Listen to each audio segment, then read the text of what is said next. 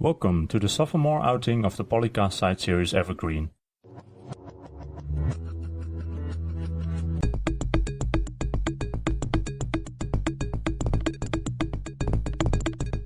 I'm Wouter Locutus Snijders. The second season of the show saw Kelly K. Mad Candy and then Annalie Cartamandoa Barney join the regular co-host panel after I moved over to leading the first season of the sibling show Modcast. The 10 specials that accompany the 25 episodes in PolyCast, Season 2 is a record that still stands today. As I introduced in our look back on Season 1, PolyCast regular co-host Daniel Dan Q. Quick selected and ranked the 10 topics he feels most retain their relevance years after they were first published. Recurrent guest co-host Canis Albinus re-listened to the entire season to select the 10 most representative moments for the show, including 2 more honorable mentions. Yes, they're still doing this, and I'm still going to count them down. 2 top 10 lists intermingled with my voiceovers. Surely you know what you're getting yourself into. And if so, I'll stop calling you Shirley.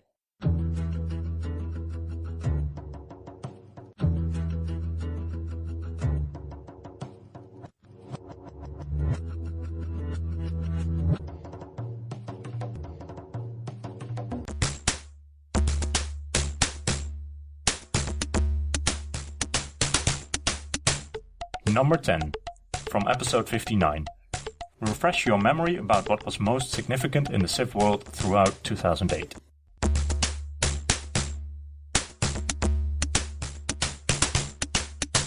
On February 1st, Firaxis announced that Civilization Revolution for the Wii gaming console is on indefinite hold. According to a spokesperson for 2K Games at the time, we are focusing our attention on creating the best possible Civilization experience for the Xbox 360, PlayStation 3, and Nintendo DS platforms. On July 8th, Civilization Revolution now available worldwide with its North American release. This next one is a bit egotistical, but live with it. July 26th, the Bolton Civilization site turns 10. That's memorable. August 10th, the Entertaining Software Ratings Board, or the ESRB, kind of let the cat out of the bag a little bit by listing on their website that the Macintosh platform will be supported on Civilization 4 colonization. Oops. Good job, ESRB. That was funny.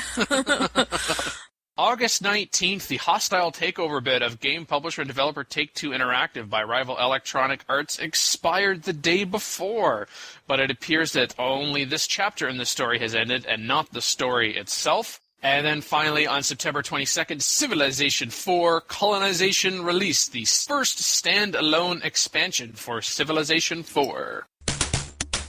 Number 9. From episode 46, the splitting of a civilization in a Civ game from the how to when and even if is not going to go away. Civ splitting. I believe we're talking here about, like before when you would have Civil War and the Civ would go, or historically you could have one Civ split off from the other. How did they go? Attack the bigger empire. Suddenly it's the Russians and the Egyptians. The Russians magically become Egyptians. That was a Civ 1 thing, though. Yeah, so this DJB13 thinks this is an idea for Civ 5, where corruption has turned up significantly, especially for the earlier government civics. But you may choose to build as many forbidden palaces as you like, which significantly reduce corruption in the surrounding cities. The wording of this, to me, implies that civics that become enabled later on as you progress through the technology tree are better in the sense that corruption isn't as great. I don't see that gameplay-wise, and even as a realism argument, I'm not sure that's always true. Yeah, we canned corruption from Civ 3 to Civ 4 for a reason. I don't think anyone was able to argue that that was a fun mechanic. So I'm not sure where we could go with using corruption as the basis for this, even if maybe Civ splitting has some gameplay fun options, in it. Well, we can't forget sadists, though, John. And personally, I could see this maybe as something that a single player might want to do, but I can't see if you're playing your friends that you'd want, 3 of your cities to split off in the middle of a heated battle or something. Yeah, that's going to be one of those things that automatically would get turned off in multiplayer. There's no way people would play with it. We're out of here. And then being able to build as many forbidden palaces as you like? What? How is it a forbidden palace, then? Yeah. It is forbidden that you not build this. Do it. Do it. The other thing that always bothered me, they say some civilization's been very volatile. like Mackie was pointing out, the Russians turn into the Egyptians or something. I mean, it's not like the Russians become the Ukrainians. I don't know. They're not going to spend all this time doing all the art and whatnot for minor civs that might split off. Because otherwise, if you're trying to say, well, it's more realistic, the Americans splitting off as, whatever. The Confederates. Yeah. Yeah. They can't be like, oh, well, the Americans have just split up. Now they become the Japanese. Like, what? That would be hilarious. Insert the Turning Japanese song. I think I'm turning Japanese. Turning Japanese? Oh, yes, I think so. DJB13 also says that civil order, which is reintroduced, is changed. No. No, we don't want to go back to revolting cities and having to sit there and wait for them to straighten up so she can build things, please. So basically, it wants everything that Civ 4 did good out to be reversed. Yes, I do not like this plan. I don't think that'd be very popular. And it seems like even if it's just difficult to implement. Yeah, it'd be a very complex thing to balance. I don't see it as being popular either. Sorry, DJB13. And then there's something about if a city with a forbidden palace gets a resistor in it, then there's something about it declaring itself an autonomous region, and half the soldiers ally with the rebels, so they're in the city, then the other half don't, they ally with you, and they're ejected from the city. Whoa. This sounds too complicated. Yeah, this is... I don't think this is a thing I would like. Yeah, this might be material for a mod or something, but I don't see it as core game material. Yeah. Right, because I have enough time keeping wars with other civs. I don't need constant wars in my own civ. Constantly. Because that sounds what it would be like. We would always have a city freaking out on you, and I don't think I'd appreciate that. I'm a better ruler than that. Or that also certain civilizations would have preferred terrain. What?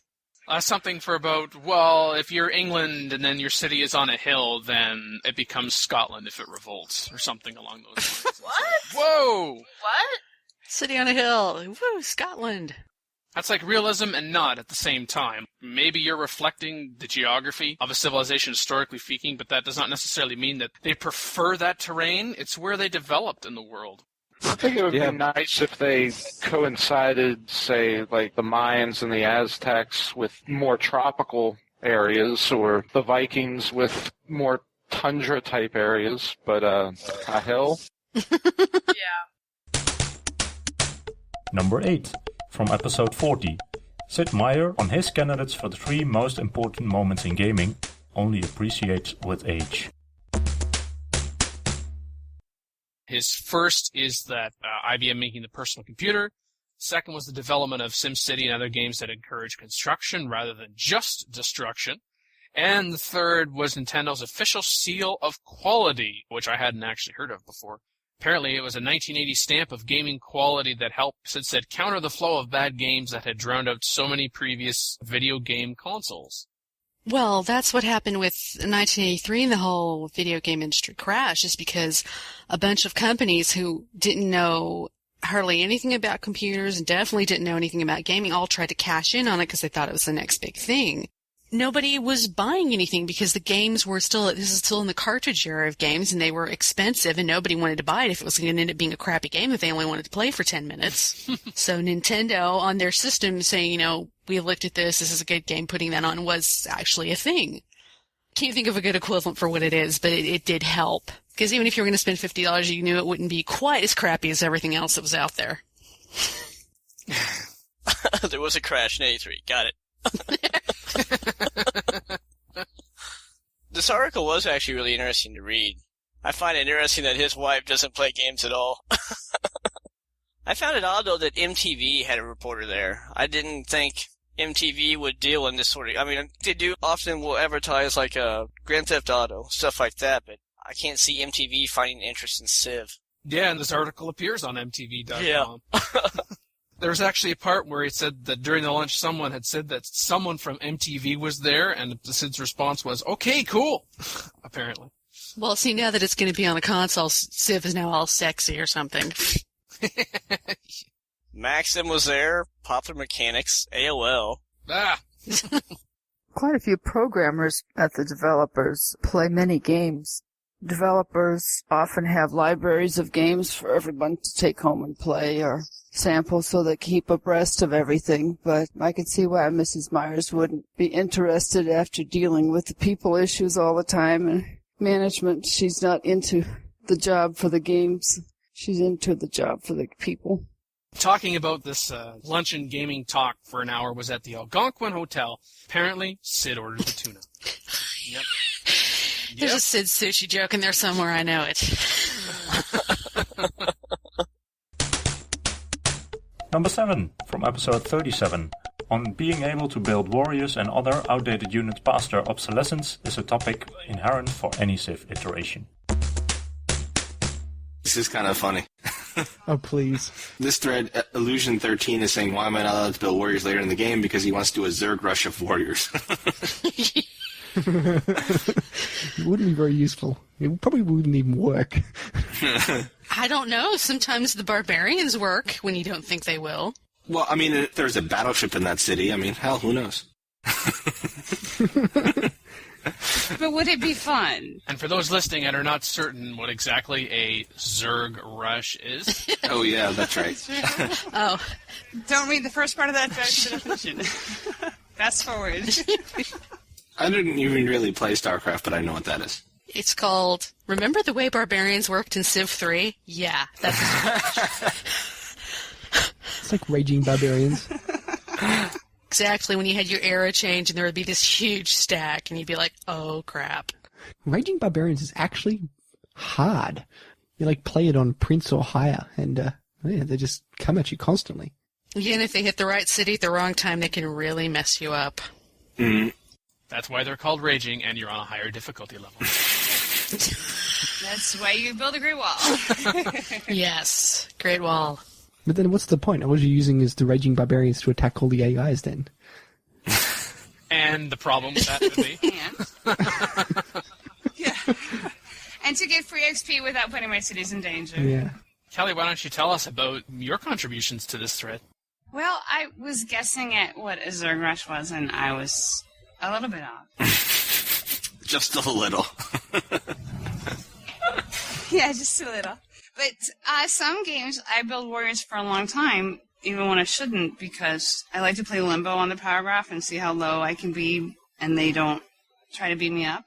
Really? What level do you play that on? Well, I've done it on Emperor for culture games, but I've picked my opponents for those. For Hall of Fame games with the CFC. Yeah. You're allowed to pick your opponents, so I pick the ones that aren't likely to attack me. You know, I don't invite Monty to that party. Or Isabella. Right. And it's fun. But I mean, I have had games where my highest units at the end, when I won Cultural, were longbowmen that I got for free when I flipped the other Civ cities. Because I've even had the AIs when they get desperate, even if you're stronger than them and you have like a defense pact with another strong AI. If they get desperate, they'll attack you anyway. And I don't usually do defense packs. So then one game, after I had won it, I went back to see how many I could sign. I signed one with everybody except for Churchill to see how many negative points I would get with him, and he really wasn't happy because they said that you have signed defense pact with our rivals. And I couldn't tell if he had enough on his hands because I couldn't ask him to declare war on anybody because I had a defensive pact with them.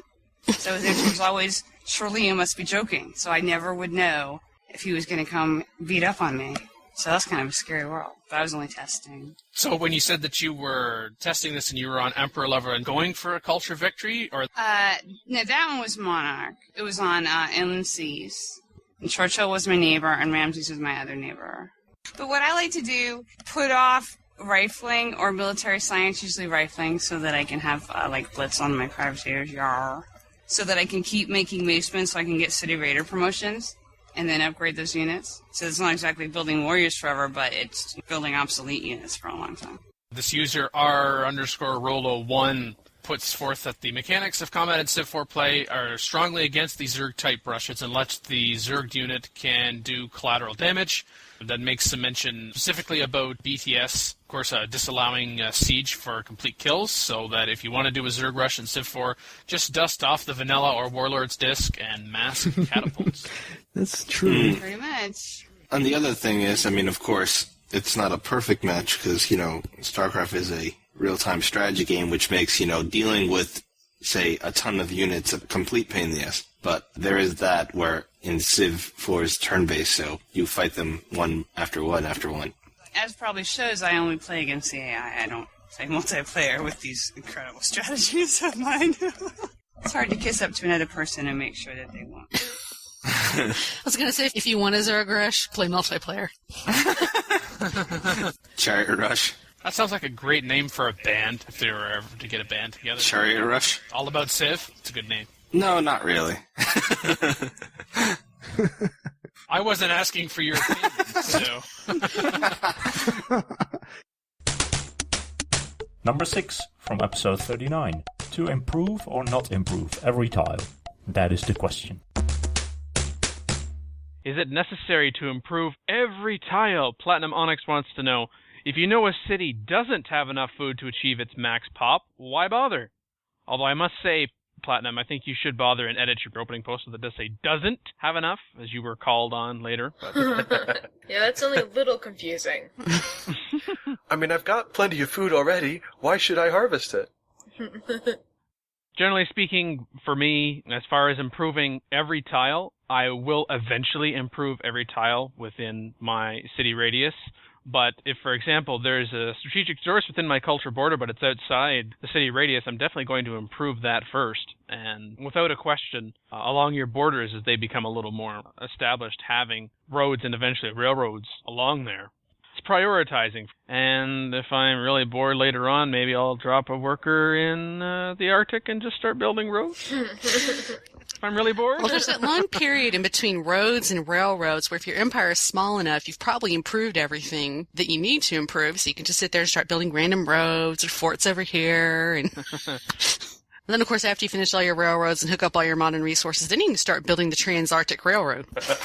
Those are always fun. Oh, or you can have your units pillage your own improvements. Oops, I didn't mean to do that. Oh my goodness. Let's build that again. Well, if I ever automate my workers, eventually every tile is going to have something on it. It's usually not what I would have built there were I doing it all manually. Oh, gosh. Yes, which is why when I automate my workers, they only improve my trade network. I do not let them do anything else automatically. Yep. Yeah, the first thing I tick off is do not chop the forests. Oh, you've got aluminum and oil and uranium all within the same big X? Well, I know exactly what to build on these spaces. Forest preserves. Yeah. The comment by Radis Du, when he mentions, even if you have a smaller city and you're not going to be able to work all of the tiles at once, you can change the combinations to suit your immediate tactics. I think as someone else said in the thread, sometimes it's actually beneficial to have your city starve. If, for example, you've got lots of unhappy people and... Oops, I wasn't watching my happy cap. I don't know how I took those people off those fields. Dee-dee-dee-dee-dee. I can just see the domestic advisor. Your Majesty, haven't you been getting my memos? No. Well, the first memo said the peasants were revolting, and the second memo asked you what you wanted to do about it, and the third memo said all of the revolting peasants starved to death. Problem solved. Now, one person here talks about that your population is going to max out just because of the available tiles. You could, for example, settle a great merchant in the town, but says that he would never do that. For a marginal town, it's a waste of a great merchant. Says the other much better way is to introduce Sid Sushi or General Mills if you're playing Beyond the Sword, of course. Which you should. Sid Sushi is awesome. And to all of you listening at home, as soon as you finish listening to this PolyCast, please return to your desktop and play Beyond the Sword. If you don't currently have Beyond the Sword, go buy it. That was almost well said there, Alexander, but you forgot to mention where they should buy it from. So, yeah. Are we offering it yet? From our online store? The special Apolytone edition of Beyond the Sword. Comes with Dan Q and Mark G leaderheads. And the pre-settler level. And the pre-settler level. That's right. And the unique unit of the Polytubby.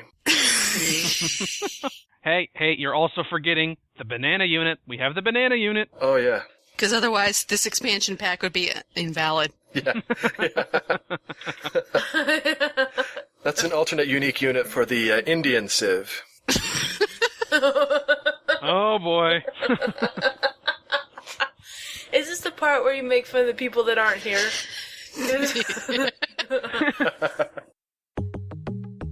Number 10 from episode 48. And I want to be a vassal too. Wouldn't you like to be a vassal too? I did that in an earlier episode. Number 9 from episode 35. So I guess it's time for Dan's top 11 and top 5. Unless you would like to go first, Kelly.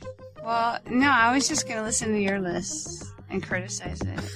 Yeah, exactly. That's what we like to do around here. Or, applaud it if you happen to get something right. Number 8 from episode 44.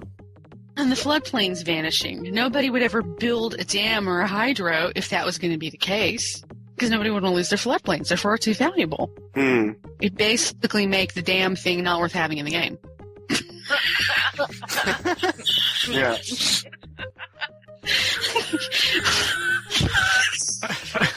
Totally unintentional. Number 7 from episode 46. I had a dream last night where I was an actor in Pirates of the Caribbean. Alright, I was gonna say, hopefully there was nothing about Dan in there when he said I had a dream last night. I was like, oh god. Number 6 from episode 45. Yep, keep them at bay. Pillage, pillage. I have a few of them even sit a square or two away from the city, so if they try, for example, I noticed the AI likes, you take 3 or 4 other cities or what have you, or even one, and it's the middle of a war, and sometimes they'll spend the time building a settler. Oh, yes, all the time. So I'm like, what? Are you serious? Someone thought it was a good strategy.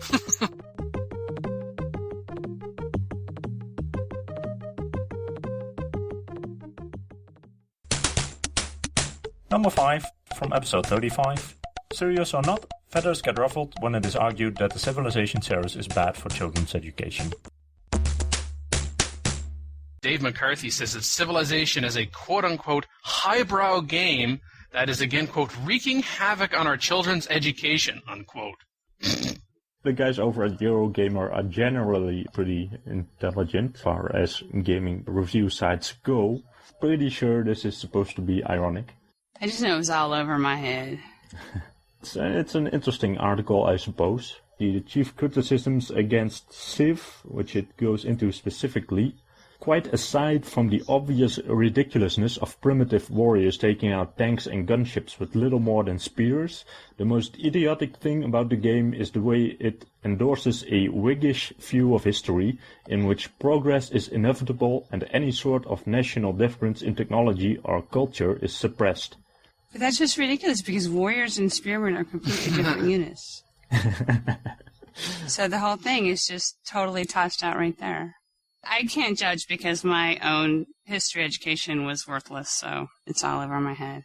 Yeah, I think the core of the problem lies actually right there. The fact that our history education is basically going to shit, more of a problem with the schools than with what Civ is or isn't doing. I did understand the musical references at the end. I did like that you mentioned Julian Cope. I'm a Julian Cope fan, Fleetwood Mac and Morrissey, that part I can relate to, but all the historical stuff, I'm like, no, whatever are you talking about? I don't know. But anybody who's, relying on computer games to teach their children anything without sitting there playing with their children, I'm sorry. Easy for me to say because I have no children, but... Yeah, exactly. It's as with movies, you don't expect to get any real history content from that. That's just not what it's for.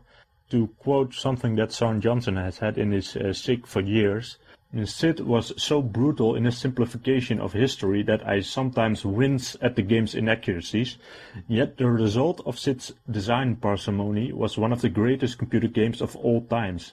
A lesser designer would have succumbed to the temptation to pile it on. That's a quote by Chris Crawford, a sort of a veteran in the game industry. And I think that's absolutely correct. There's not one aspect of Civilization that, when you think about it, is even remotely historically accurate. But the end result is a great game which sort of creates a suspense of disbelief that you're replaying history. And I think that's what gaming is all about, or at least history gaming. You're creating sort of a suspense of disbelief, as with television and movies and whatever. It's not supposed to teach you anything. Yeah, it's supposed to be fun because it's a game. Exactly. I mean, if it does anything in terms of education, I can only speak for myself, but it is entirely thanks to Civilization that I sort of got interested in history and I started studying it.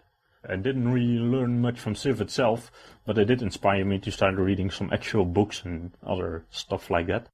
Well, I've learned some things from the Civilopedia, and some of the leaders I had never heard of, so then I went and looked on, Wikipedia, but that's about it. Yeah, that's indeed some of the leader names, some great people named if you look them up in the Civilopedia, although that's not always... When you're starting from nothing, it's pretty easy to learn exactly. Those sort of things can be fun, but history is often a lot more about the processes and the bigger things behind the scenes, and not just dates and leader names. And there's nothing in Civ that will teach you any of that, I believe. But still, like I said, I mean, if you read the Civilopedia, you already know a lot more than if you didn't read it, so... Civ is about history, but it's not on history, just like science fiction is about science, but it's not on science. There are artistic licenses taken, and if Civ was really going to be historically accurate, outside of maybe some specific mods, which could be useful in the classroom, as we've talked about before, it wouldn't be very fun, so then people wouldn't buy it, and then we wouldn't be having this discussion because it would have never existed past the first one. Right. Besides, that would more go on Modcast than PolyCast. Yeah, probably. Yeah. Don't be overlapping the shows there, Dan. I'm alluding to Modcast. I'm helping prop up the sibling show. Be supportive. What is your problem? It's a game, it's not a history test. I just want to have fun. Number 4, from episode 57. Anti-human bias discussion in the context of Civ 4 is one that still holds consideration for the series today. There is a definitely anti-human bias with the AIs. Of course. Is it a feature? Considered a challenge? And one thing I do have to agree, which is very disheartening, playing against with the AIs, I can discover 10, 20 spies in my territory being caught. Left, right, and center. They don't take any hit. But God forbid, if one of my spies should be discovered in their territory, I will take a hit, and that hit will remain for the rest of the game. That's a little annoying. However, is it a feature? Is it a challenge? Yeah, sure. I mean, it's not a game breaker or anything, but it's a double standard. And as far as, the AI is ganging up on the human, well, yes, but it makes the game a challenge. Yeah, they're supposed to gang up on us. Absolutely. Otherwise, it would be far too easy. Then it would be far too easy for you to manipulate the AIs. Yeah, you don't just get an alliance just out of not bothering them. You actually have to work for it now. Right. And if you're having a heartburn with anti-human bias, then there's always the easy way of playing at a lower level. I mean, quite frankly. It's hard to play under pre-settler. Yeah, well, that's true, too.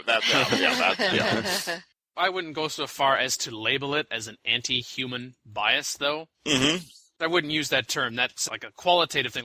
Having a bias really is a human thing. Right. Now, if you want to say the people who designed the game set it up so that there is an anti-human bias, but the game itself... Right. And for reasons has already been said, it's towards the challenge, and so that you cannot take advantage of the AI, because, amazingly, most people who play Civ are smarter than the AI. Right. Wow, that went right by. I said no, most. You're right. But humans can also learn from their mistakes and change their plans. The AIs, you're still hard-coded. Certain things that they will do and follow. I set up a trap and keep giving them a beating, and they don't learn not to move there. Yeah, so it's... You're right. Civ 4 does not think for itself. Maybe we can keep that for Civ 5. I would like the ignore button, though. Wait, Montezuma's talking... You're on permanent ignore.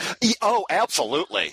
Ignore. Oh, yeah, and that's the thing with their silly demands, where if you give in to them, okay, you get a +1. Yes. But if you say no, or just enough get out of my face, you take that hit and it's going to be there. I've never seen it go away once it was there. You refuse to give us tribute. Well, you suck. That's why I refuse to give you tribute. Right. I mean, the AI, you try to contact the AI, and they're like, we don't want to talk to you. And that's it. But why don't we have the button for them also, saying, I don't want to deal with you right now? Exactly. Quit popping up. I have other things to concentrate on. Number 3, from episode 44. When asking if warfare, and indeed warmongering, is too important in Civ 4, one cannot help but think of other installments of Civ before and since. The question is war too important? Ibian says he thinks war is too important in the game. Can't really have a very peaceful game. He says the only thing that the game steers you to, really, is to build up an army and go to war with everyone else, which is what most people seem to do.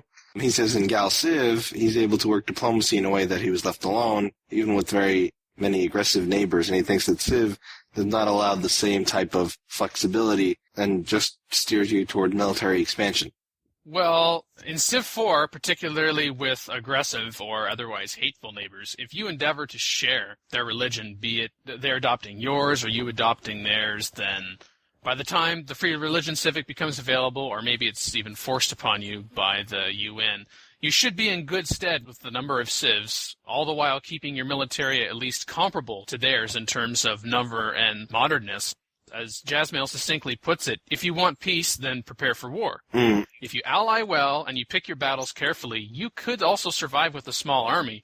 For instance, if you're exploring and once you can, trading or at least buying world maps at regular intervals, and if you happen to have your espionage slider at 10%, once you make first contact the first time, you can probably also glean through demographics where you are on the power scale relative to everyone else.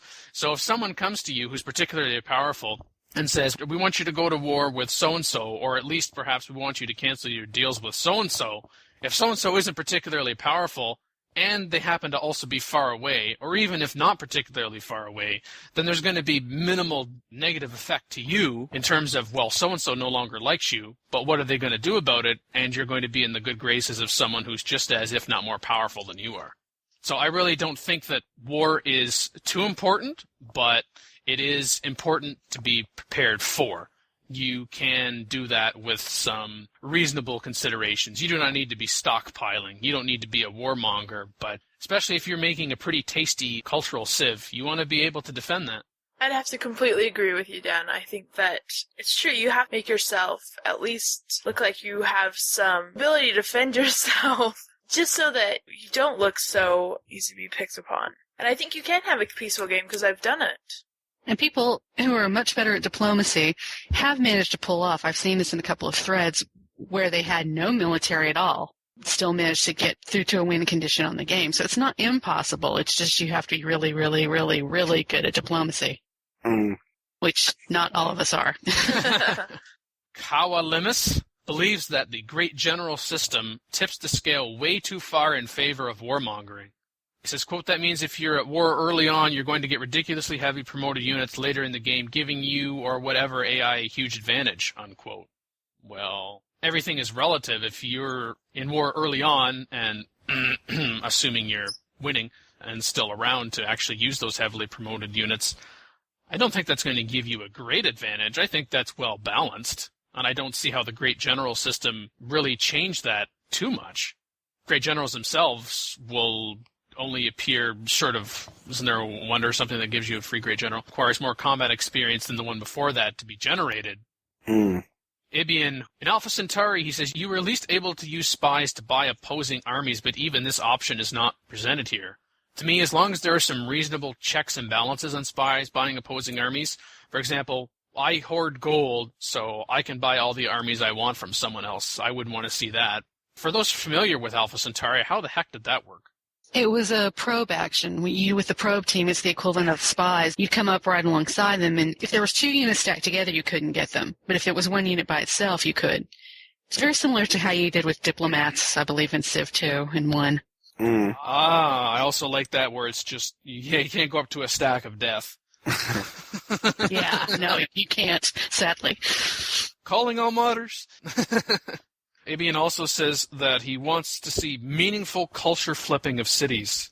How is culture flipping of cities in Civ 4 not meaningful? I'd like to see him elaborate on that unless someone has an idea of what he might be getting at. Thought so. Yeah, we're clueless. But, I think we do have a solution for Ibian, short of a future iteration of Civ or modding one character of code. And that's in your game setup. Choose always peace. Number 2. From episode 56. Rarely is a listener's letter to the show given as much consideration as this, but then again, the listener tackles a topic eternal for civilization. a place for realism in gameplay. We received an email from Sal Ciro, who goes by Thorburn. The title, Let's Get Civilized for a Moment. Hello. My name is Sal, known as Thorburn on the forums, though, admittedly, I am found on CFC forums more often, and I just got done listening to the latest episode of PolyCast. Now, I generally enjoy listening to the show. However, I occasionally have to roll my eyes at certain remarks. Finally, after something said in this episode, I felt that I had to respond. First off, Sal, thank you. We appreciate the time that you took to write this, and also appreciate that your criticism of us that you had in there was constructive and also had some elements of humor in it. The topic that broke the camel archer's back was in reference to the cultural starts. It seems that whenever a realism topic comes up, you guys all pounce on it like a bunch of berserkers on a defenseless village. Is everybody there on the anti-realism side, or are those who might like a few more realistic elements too afraid to speak up about it? You all constantly say that Civilization is a game and is not meant to mimic reality. I understand that, and I will even agree about some of the elements that you bulk against. However, it is a game about the world for the world and therefore touches many different preferences. As no one there wants to speak up for the side of realism, then I will have to raise my voice for the oppressed. So, please, put away your whips for a minute while I exercise my freedom of speech. I do not ever recall us saying that the game of Civilization is quote-unquote not meant to mimic reality. We have said and have all agreed that where mimicking reality is not balanced in the game, and maybe cannot be balanced, at least reasonably so, then that translates into gameplay frustrations. And as this is a game that is meant for fun and enjoyment, if there are gameplay frustrations that result from adding another element of reality, or a greater degree of an element of reality already present, then it either should be modified so that it is balanced for gameplay to remove that frustration, or removed entirely because of that. Now certainly, any element of realism that can be balanced for gameplay is welcome. It does not necessarily have to be positive in the sense that it is an advantage for the player. We've talked before about how if all events were just good or all events were just bad, that would not be balanced. As you say, Sal, Civ is, quote, a game about the world for the world and therefore touches many different preferences, unquote. But all the preferences cannot be touched upon, at least to their fullest extent, such as realism.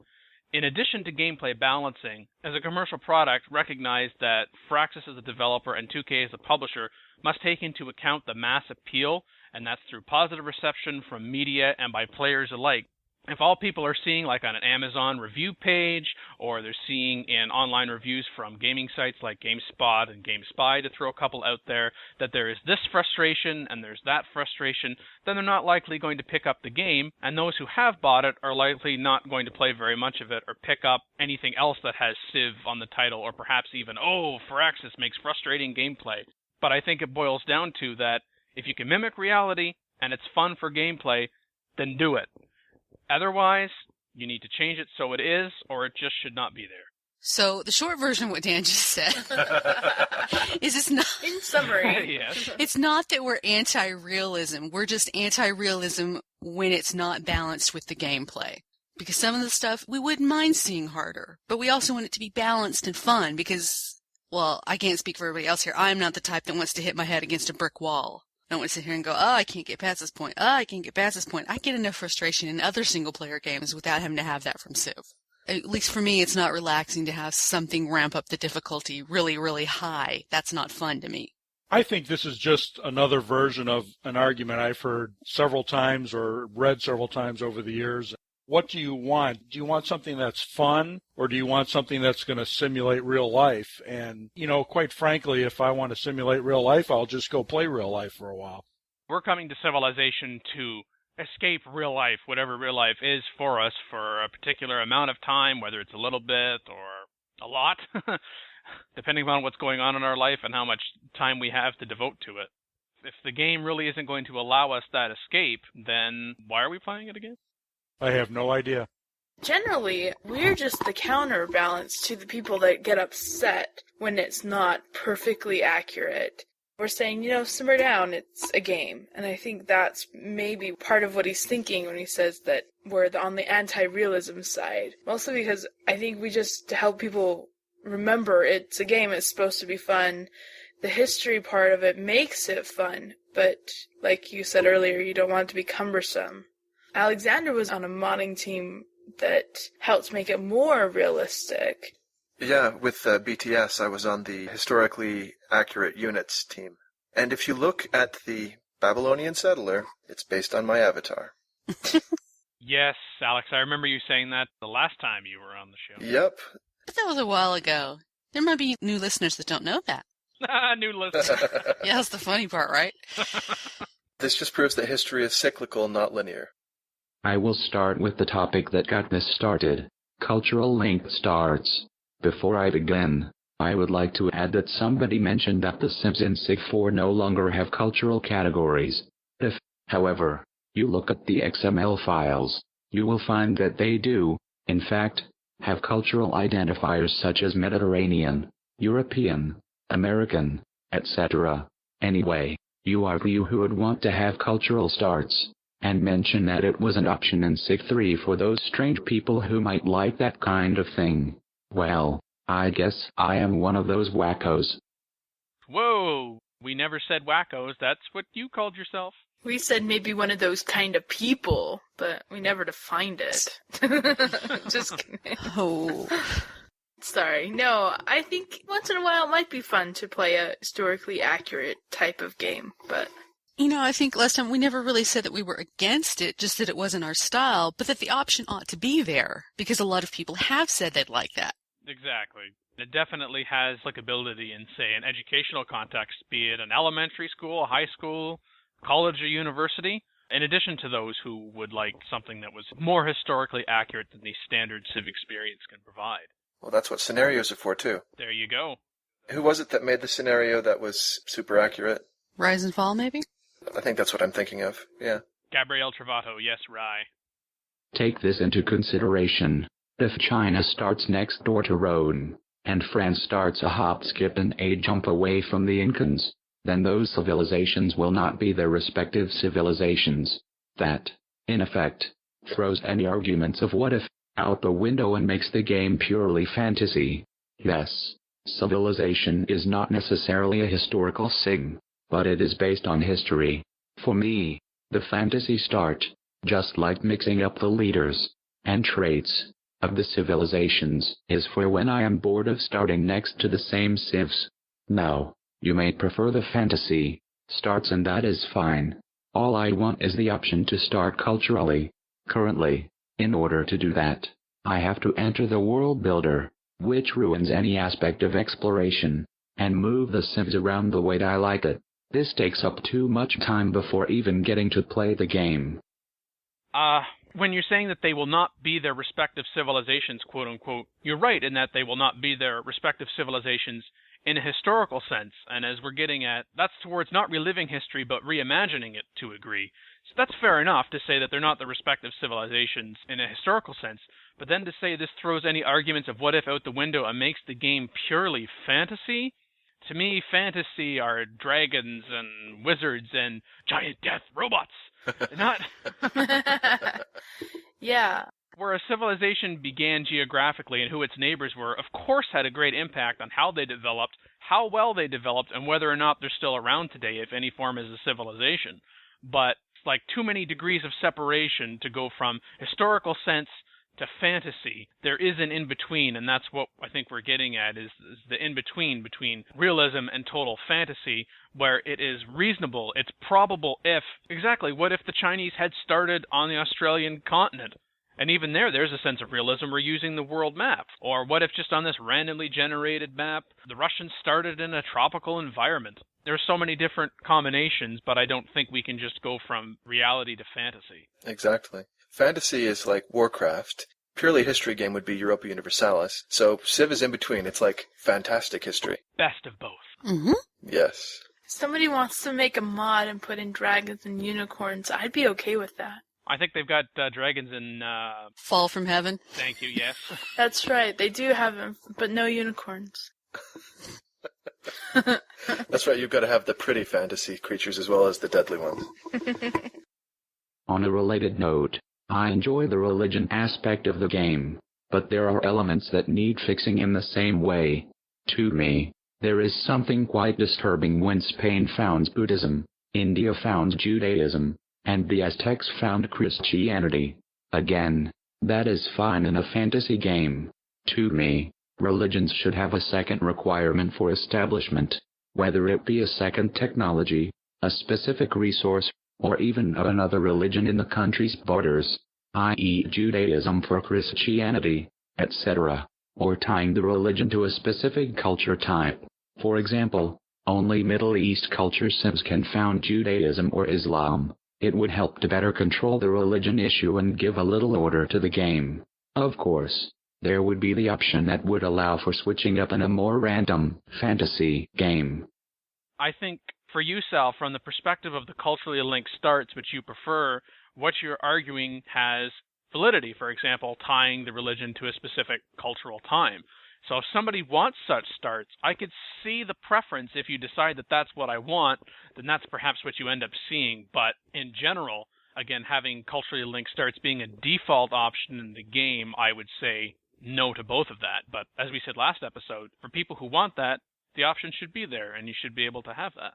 Yeah, have it on the menu as an option you can set. I don't know. I believe in freedom of religion. I think the Chinese found Christianity. I don't have a problem with that. I like Civ for the what-if things. What if the Incans came up with Christianity? What if somebody else comes up with Islam? It's different. It's interesting that way. I agree. I like the variety. But some people have to relive history over and over and over. Oh, sorry. That's what Europa Universalis is for. That's what I was thinking. That he needs to go and be playing a different kind of game if he wants everything exactly the way it should have happened. Yeah, that's definitely what Europa Universalis is for.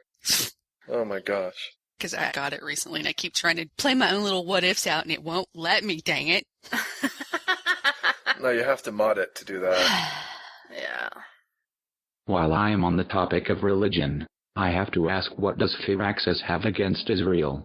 I know that it is available in many mod forms, but why can't Firaxis include it in the official game themselves?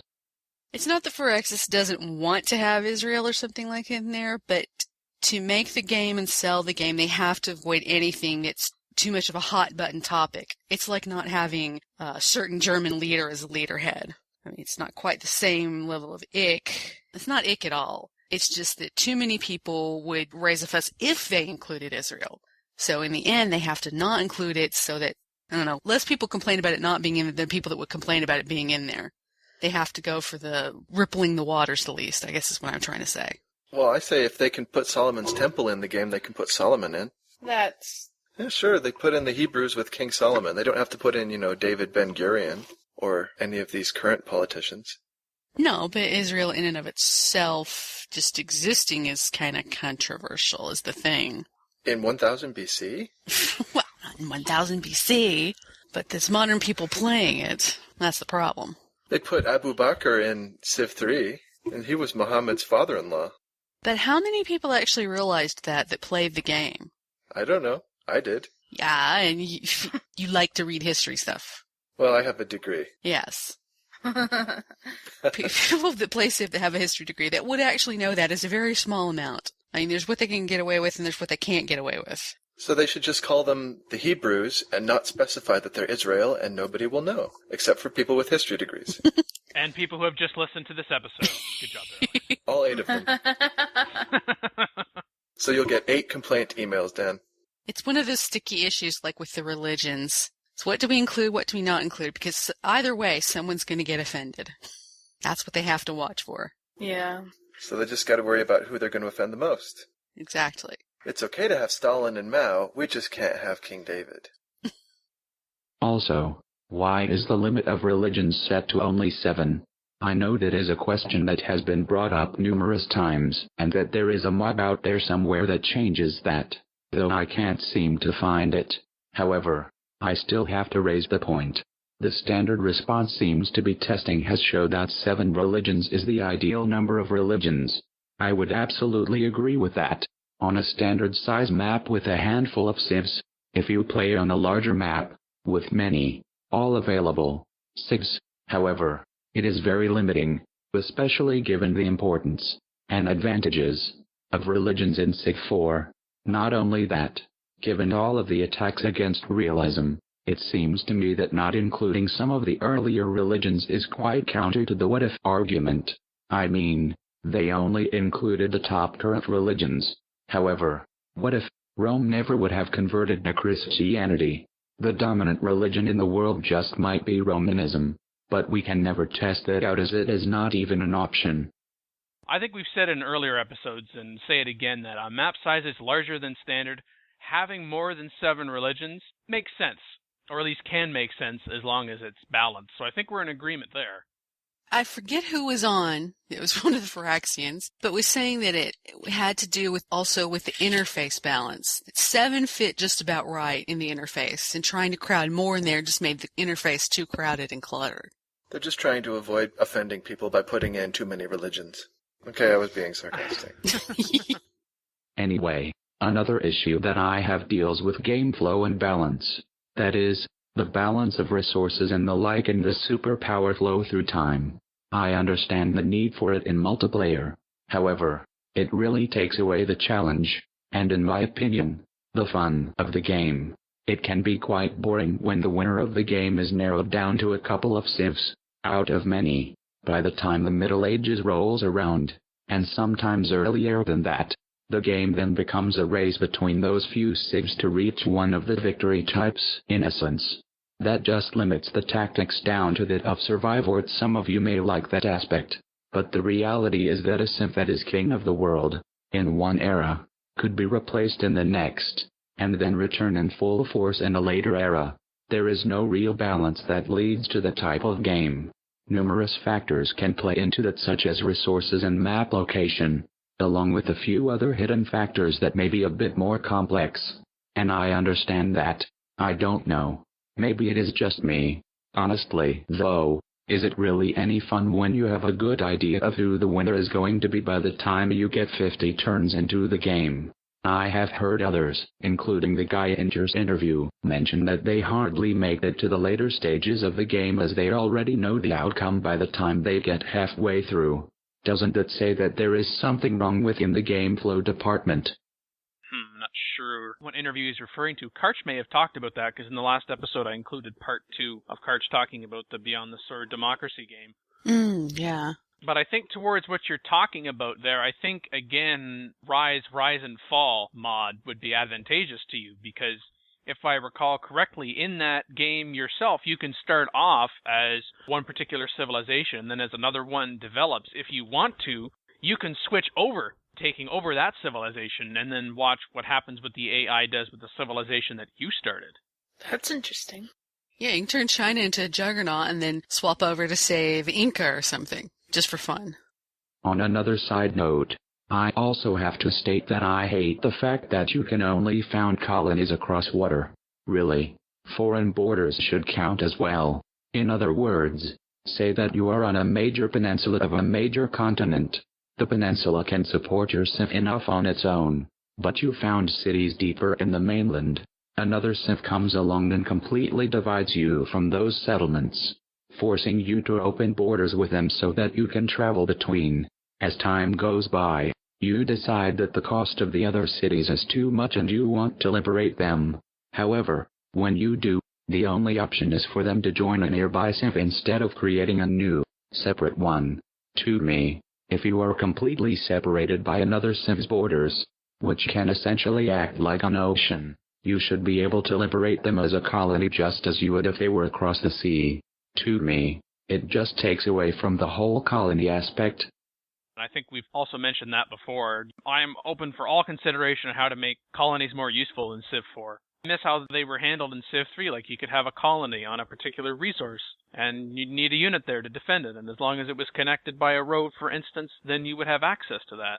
And I think there is room, again getting back to gameplay balance, for both approaches in a single Civ game, where you can have colonies in that respect like we see in Civ 3, and in Civ 4, only perhaps a bit more developed. For I myself have yet to find sufficient reason enough to spin off any part of my empire as a colony. Yeah.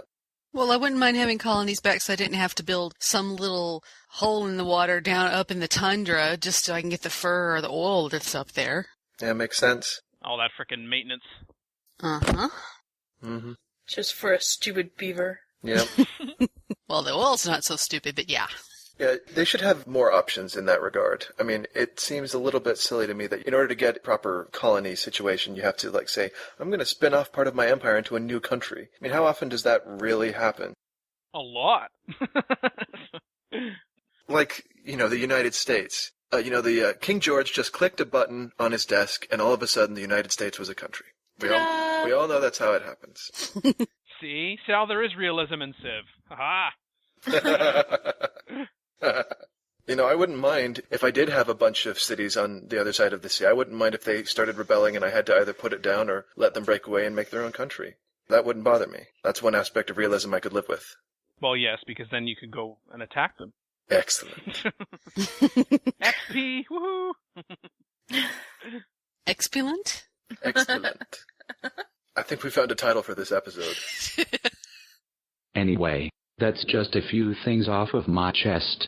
I've heard the realism versus gameplay debate many times, and I feel that many of the arguments against realism are often just a matter of preference. Now, don't get me wrong. I've heard a number of realism suggestions that I would have to bulk up and side with the gameplay as well, but for most of them, they are completely plausible and could, in fact, enhance gameplay if they are implemented correctly. All I say is, don't knock it until you've tried it and just give me the option. No, I don't hate you guys, and I enjoy the banter, the debates, the off-the-wall comments, the top 10 lists, and Macahula telling Dan no singing. There's a good reason I tell him that. Everybody likes that. I have a personal request to make of Dan Q. Will you hum the Star Trek theme? No. No humming either. Will you whistle? Which Star Trek theme? No, this was discussed already. No humming, no whistling, nothing resembling tunes. Will you alternate the pitch in your voice to mimic the Star Trek theme? As long as he doesn't try to do the original series theme with the "oh" bit. That's what I thought he was referring to, actually. That would probably be funnier. No, definitely don't sing that. Don't hum it, don't whistle it, don't mumble it. I'll let you do the Next Generation if you want, Dan. That's just the theme from Star Trek the Motion Picture. And Star Trek V. Hey. No. There you go. Stop. Oh, no. Oh, boy, that made my day. I can't ignore requests, Mac, particularly from an emergency returning guest co-host. That would just be rude. Yes, you can. It's only Alexander. Come on. That's what they say on the staff, too. It's only Alexander. Let's hit him with a pain stick. But he likes that. Hopefully, you will take my response into consideration and share my voice, even though you may knock it behind my back. Regardless, I will continue to fight for a Civ that all can love. What? We never make fun of people. What are you talking about? Is this the part where we make fun of the people who aren't here? Imran. We're not going to mock you, but Imran would if he was here. I will not give up on sending my resume into Firaxis, despite my lack of experience. I'm an IT by trade and have already applied there for an IT-related position, in hopes of getting my foot in the door. Sadly, the closest I came was having Mrs. Meyer tell me over the phone, "Sorry, that position has already been filled, but now I am going for my Bachelor's of Science in Game Art and Design and I will try again. At least, if anything, maybe it will give me enough training to tackle the archaic and very limiting editor. I'm a designer, not a programmer. Until then, keep on simming and I'll see you around the net. Sal Thurburn, Sirio." Well, Sal, thanks again for your email. We hope that we have responded reasonably to all of the points that you have made, and that even if you don't agree with us, that we did take your letter seriously. And by all means, feel free to follow up, write in again, and keep on listening to the show. We like emails like that. It gives us something to talk about. Yeah, it means Dan doesn't have to find quite as many topics, which is always sweet. Excellent. Number 5, from episode 57. Wow, Imran's computer sounds almost exactly like my computer. Uh-oh. Except I have a different graphics card. Maybe they're twins. I had an 8600 GT card, but the fan on it started being weird, so I had to replace it with a lesser card for the time being. Oh no. Oh no! I know, it sucks. Stuff has started lagging that wasn't lagging, dang it. Your fan started to get weird, huh? The fan on the graphics card. Mackie turns her computer on. She hears the fan. Whoa! Number 4, from episode 48. 3, 2, 1, go. I almost said 3, 2, 1, shiny, but I figured I'd confuse you, so I didn't. Out of my head, I thought shiny. Number 3, from episode 42. So don't fight me. It was more than fruit basket they were asking for. Oh. Never give up a fruit basket. Yeah, they wanted to know how to make a fruit basket. No. Whoa, hey, I'm not enabling you. Oh my gosh! Underwater basket weaving is a very fine skill of my highest artisans. I do not give that secret away. So you are confirming that you do have that technology. Good to know. I mean, I can't say it's a state secret. Oh. Oh. But we could ask for it. It's going to be marked in red when you ask, so you can't actually ask. Just so you know. Uh-oh. Is that because you don't want to trade it yet, or you just don't like me enough? Both. Number 2, from episode 41. We need to invite a proper psychologist to this show. He would do wonders. You do a podcast on civilization every 2 weeks? Oh, we're gonna need some intensive therapy. Do you feel dizzy after listening to the podcast? Do you feel the urge to kill people? Yes, what? Honorable mention the second, from episode 52. I laugh at your expeditionary force. I find it kind of scary that you actually laugh at the computer during a game. Who doesn't? Yeah, take that computer away. I always talk to the computer. Especially if it's in the form of Montezuma or Isabella. Oh, you better believe it. Like, haha, I nuked your butt. Yeah. Dan, do you do this? He's much more polite about it. Pardon me.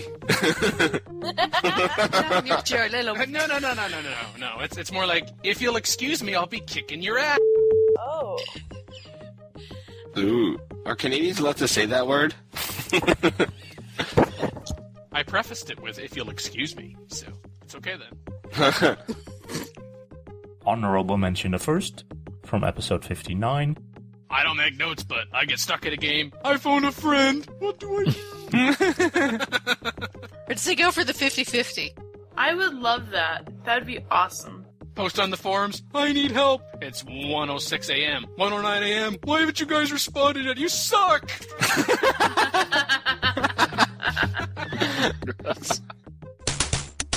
Number 1, from episode 50.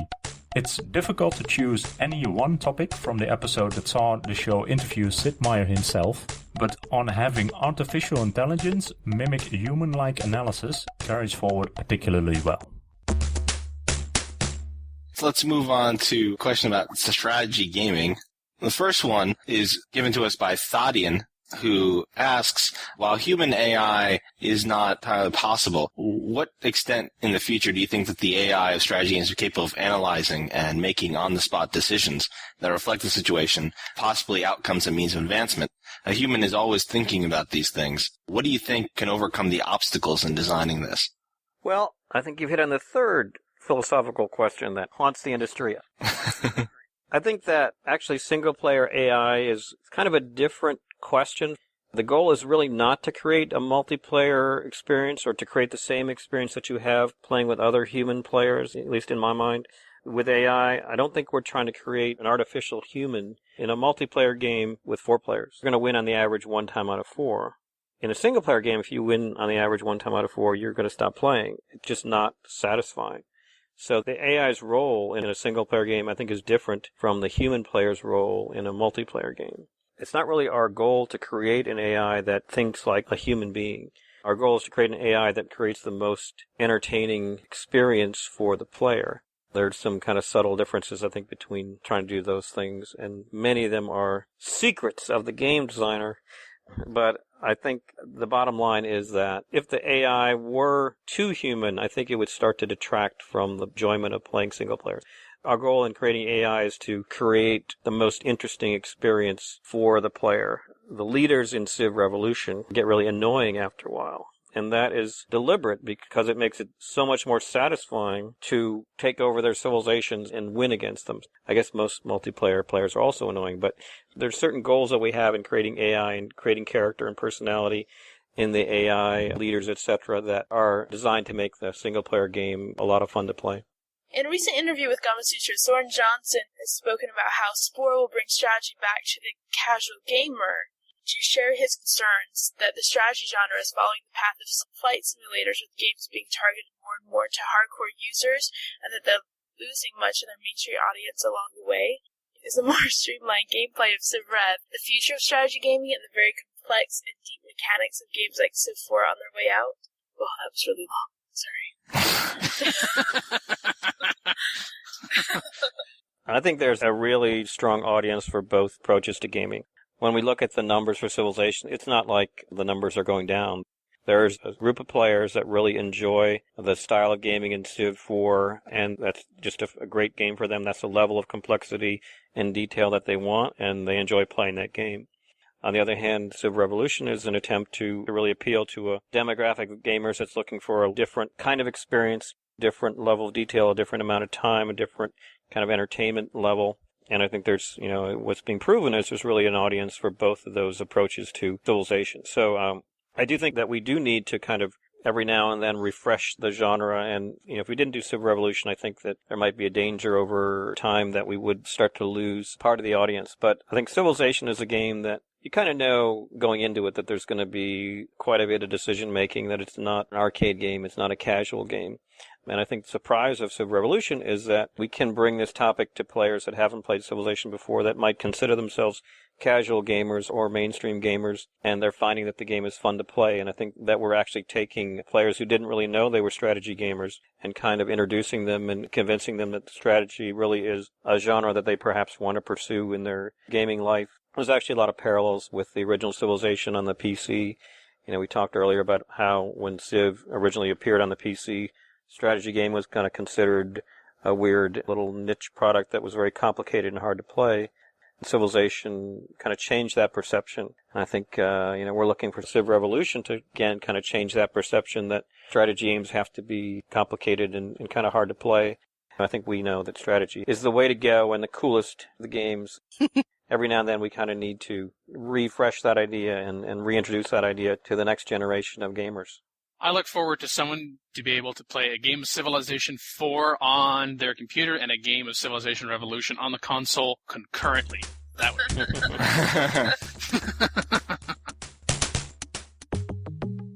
And finally, number 1 from episode 33. The problem is I've been listening to Dan, and my game is improved or not improved accordingly.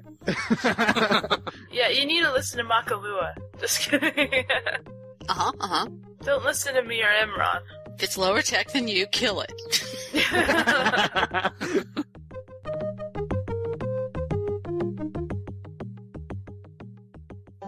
Call in today. In North America, the number is 301-637-7659. That's 301-637-POLY. In Europe, 44-121-288-7659. That's 44-121-288-POLY. The only thing worse than being talked about is not being talked about. For more information on PolyCast, our sibling shows Modcast, Revcast, and Turncast, log on to the series' official website at thepolycast.net.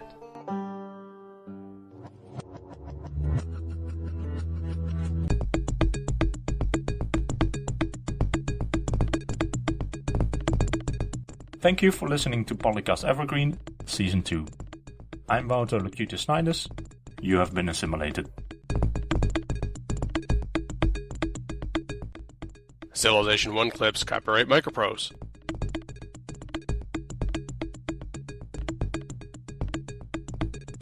Civilization 4 sound clips, copyright Take-Two Interactive.